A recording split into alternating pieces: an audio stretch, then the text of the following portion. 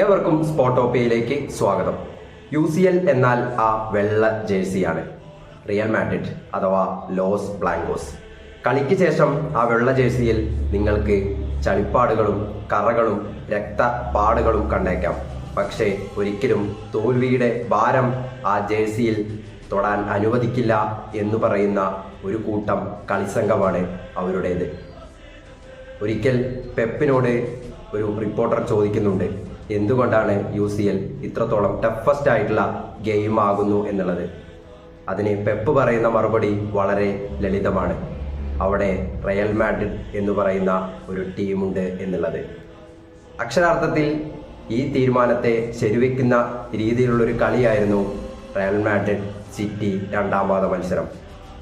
ആദ്യ പാദ മത്സരത്തിൽ 3 ഗോളുകളും വഴങ്ങിയത് ഔട്ട് ഓഫ് ദ ബോക്സിൽ നിന്നാണെന്ന് മനസ്സിലാക്കിയ ആഞ്ചലോട്ടി ടോണി ക്രൂസിനോടും കാമവിംഗയോടും മെൻഡിനോടും പിന്നിൽ നിന്ന് കളിക്കാൻ ആവശ്യപ്പെടുന്നു. ബെല്ലിംഗാമിനോടും വാൽവാഡയോടും ഡിഫൻസീവ് ഡ്യൂട്ടി ഏൽപ്പിക്കുന്നു. വിനീഷ്യസിനെയും റോഡ്രിഗയെയും പിന്നിലോട്ട് വലിക്കുന്നു. അങ്ങനെ 10 മാൻ ആർമിയായി ഡിഫൻസീവ് രീതിയിൽ അവരെ കളിപ്പിക്കുന്നു. പിന്നെ നടന്നത് മുഴുവൻ ചരിത്രമാണ്. വ്യക്തിഗത മികവുകൾ കൊണ്ട് മാത്രം വിജയിച്ചു കയറുന്ന ഓൾഡ് സ്കൂളിലെ പരിശീലകനാണ് ആഞ്ചലോട്ടി എന്ന് വിളിച്ച് കളിയാക്കിയവരുടെയൊക്കെ വായടപ്പിക്കുന്ന ഒരു പ്രകടനമായിരുന്നു ആഞ്ചലോട്ടിയുടെ ഈ മത്സരം. അക്ഷരാർത്ഥത്തിൽ ഈ മത്സരം ആഞ്ചലോട്ടിയുടേത് മാത്രമാണ്. ഫുട്ബോളിൻ്റെ സൗന്ദര്യം ആക്രമണം മാത്രമല്ല, അത് ഡിഫൻസിൻ്റെ കൂടി സൗന്ദര്യമാണെന്ന് വിളിച്ചോതുന്ന ആഞ്ചലോട്ടിയുടെ ഒരു മാസ്റ്റർ പ്ലാൻ. ടോണി ക്രൂസിൻ്റെ പിഴവിൽ നിന്നാണ് ആദ്യ 3 ഗോളുകളും വഴങ്ങിയത് എന്ന് മനസ്സിലാക്കിയ ആഞ്ചലോട്ടി അവിടേക്ക് പുതിയ ഡിഫൻസീവ് തന്ത്രങ്ങൾ മെനയുന്നു. മിഡ്ഫീൽഡിൽ ഫോഡനും ഡിബ്രോയിനും സിൽവയ്ക്കും സ്പേസ് കൊടുക്കാതിരിക്കുന്നു. പോസ്റ്റിൽ കയറിയാൽ പോലും ഗോളടിക്കാൻ കഴിയാത്ത വിധം മാഞ്ചസ്റ്റർ സിറ്റി പ്ലെയേഴ്സ് മാറുകയാണ്. ഹാളണ്ടിനെ കഴിഞ്ഞ മത്സരത്തിൽ പൂട്ടിയ റുഡിഗർ മാൻ മാർക്കിംഗ് കൊണ്ട് മാത്രം കാര്യമില്ല എന്ന് മനസ്സിലാക്കിയ ആഞ്ചലോട്ടി കളിക്കാരോട് സോണൽ മാർക്കിങ്ങിന് ആവശ്യപ്പെടുന്നു. മികച്ച രീതിയിൽ റുഡിഗർ ആ ദൗത്യം ഏറ്റെടുക്കുന്നു. ക്രോസുകൾക്കൊക്കെ വ്യത്യസ്ത പ്ലാനുകൾ ആഞ്ചലോട്ടി അവലംബിക്കുന്നു.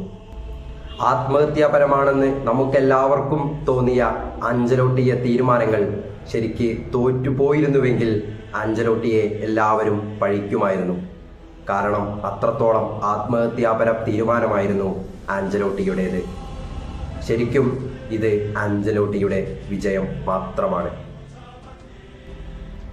സബ്സ്റ്റിറ്റ്യൂഷനുകൾ നടത്താൻ താല്പര്യമില്ലാത്ത പെപ്പിൻ്റെ മുന്നിലേക്ക് തൻ്റേതായ ഒരു ഫിലോസഫി ആഞ്ചലോട്ടി മുന്നിൽ വയ്ക്കുന്നു. ടോണി ക്രൂസിനെയും റോഡ്രിഗയെയും വിനീഷ്യസിനെയും ഒക്കെ പിൻവലിക്കുന്ന ആഞ്ചലോട്ടി ഇത് ടൈ ബ്രേക്കറിലേക്കാണ് ഈ മത്സരം കൊണ്ടുപോകാൻ തീരുമാനിക്കുന്നതെന്ന് പെപ്പിന് മനസ്സിലാവുന്നത് പോലുമില്ല. അതുപോലെ തന്നെ ടാക്കിളുകളും ചലഞ്ചുകളും ഒഴിവാക്കാൻ കളിക്കാരോട് ആഞ്ചലോട്ടി നിർദ്ദേശിക്കുന്നു. ചില ടാക്കിളുകൾ കടുത്ത ഫൗളിലേക്ക് മാറിയാലും അതുപോലെ തന്നെ അത് മികച്ച അവസരങ്ങളായി സിറ്റിയിലേക്ക് മാറുമെന്ന് മനസ്സിലാക്കിയ ആഞ്ചലോട്ടി ടാക്കിളുകളും ചലഞ്ചുകളും എല്ലാം ഒഴിവാക്കാൻ കളിക്കാരോട് ആവശ്യപ്പെടുന്നു. പലപ്പോഴും കളിക്കളത്തിൽ അവരുടെ അവസാന നീക്കത്തിനു വേണ്ടി കാത്തു നിൽക്കുന്ന റിയൽ മാഡ്രിഡ് പ്ലെയേഴ്സിനെ നമുക്ക് പലപ്പോഴും കളിക്കളത്തിൽ കാണാമായിരുന്നു എന്നുള്ളതാണ് വാസ്തവം. ഓരോ ടീമുകൾക്കും വ്യത്യസ്തകരമായ ഫിലോസഫികൾ ഉണ്ടാകാം. പക്ഷേ റയൽ മാഡ്രിഡിന് ഒരു ഫിലോസഫി മാത്രമേ ഉള്ളൂ. അതൊരു സിംപിളസ്റ്റായ ഒരു ഫിലോസഫിയാണ്. ചാമ്പ്യൻസ് ലീഗ് വിജയിക്കുക എന്ന ലളിതമായ philosophy. Real Madrid is the team of dreams.